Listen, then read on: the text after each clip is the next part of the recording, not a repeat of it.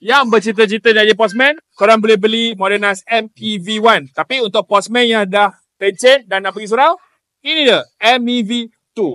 Yeah, boy.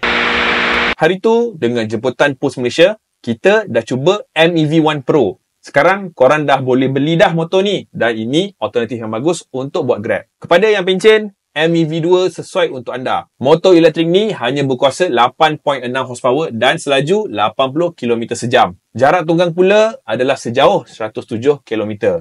Motor ni sesuai untuk tunggangan santai dalam pekan. Untuk rider rookie muda, Kymco DTX 250 adalah skuter untuk korang. Dengan rupa yang sporty, sesuai untuk adik-adik yang baru dapat lesen. Kuasa hanya 22.8 horsepower dan 23 Nm. Digabungkan dengan transmisi CVT, buatkan riding skuter ni senang dan lancar. Untuk keselesaan penunggang, sistem suspensi fork teleskopik dan dua absorber belakang mampu tingkatkan kontrol dan comfort untuk pelbagai permukaan jalan. Harga tanpa cukai dan insurans untuk MEV1 Pro ialah RM13,470, MEV2 ialah RM9,878 dan Kymco DTX 250 ialah RM22,500. Jadi, pilihan untuk korang dah ada.